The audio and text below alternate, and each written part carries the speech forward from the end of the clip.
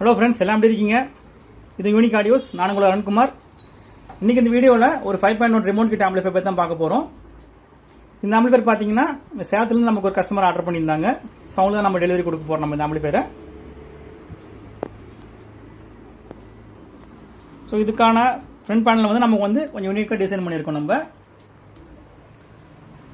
இந்த ஆம்பிளிஃபையருக்கான கேபினட் வந்து ஜிடெக்கில் 5001ங்கிற cabinet use பண்ணியிருக்கோம்.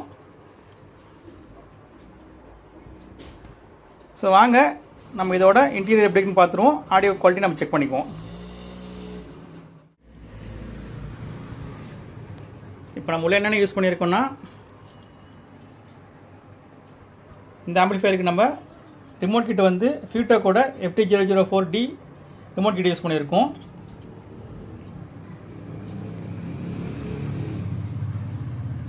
ஐசி பார்த்தீங்கன்னா STK 5 சேனல் ஐசி யூஸ் பண்ணியிருக்கோம். சப்வூஃபருக்கு வந்து MKவோட 4.3 ஆம்ப் யூஸ் பண்ணியிருக்கோம். பவர் சப்ளை பார்த்தோம்னா பவர் கிங்கோட 26026 10 ஆம்பியர் யூஸ் பண்ணியிருக்கோம். டிசி கன்வர்ஷனுக்கு வந்து 3510 டயோடும் 6850 கெப்பாசிட்டி 4 யூஸ் பண்ணியிருக்கு.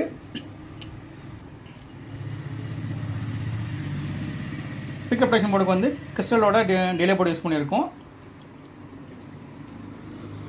சப்வூஃபருக்கு வந்து கிறிஸ்டலோட சப்வூஃபர் போர்டு யூஸ் பண்ணியிருக்கு. இதில் பார்த்தீங்கன்னா HDMI டிகோடருக்கு வந்து ஃபியூட்டோக்கோட FT003 போர்டு யூஸ் பண்ணியிருக்கு. அதுக்கு வந்து கெய்னர் பார்த்தீங்கன்னா UDயோட 6 சேனல் கெய்னர் யூஸ் பண்ணியிருக்கு.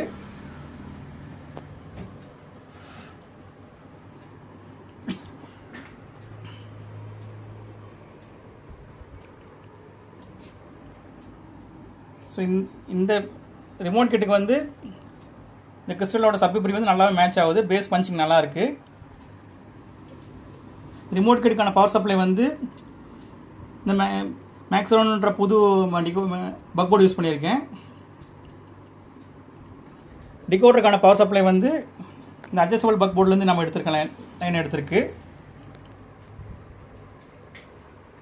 ஸோ இதே மாதிரி உங்களுக்கு வந்து ஆம்பிளிஃபையர் ரெடி பண்ணணும்னா நம்ம கான்டாக்ட் பண்ணுங்கள்.